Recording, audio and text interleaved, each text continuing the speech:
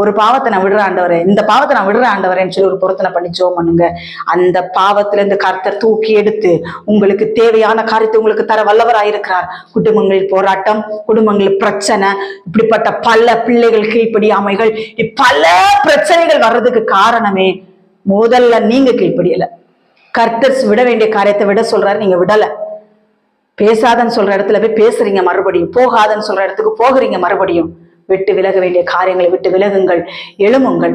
எந்த பாவத்தில் விழுந்து கிடக்கிறீர்கள், ஆண்டவரே என்ன நம்மளால விழ முடியாது, ஆண்டவரே நான் இந்த பாவத்தை விடுகிறேன், ஆண்டவரே எனக்கு ஹெல்ப் பண்ணுங்க, என்னால விட முடியல, எனக்கு ஹெல்ப் பண்ணுங்க. நீங்க சொல்லி பாருங்களேன், கையை கொடுங்க, ஆண்டுகிட்ட கையை கொடுங்க, தூக்குங்க ஆண்டவரே, நான் எழும்ப ஆசைப்படுறேன். நீ எழும்ப ஆசைப்படாத வரைக்கும் அவர் தூக்க மாட்டாரு.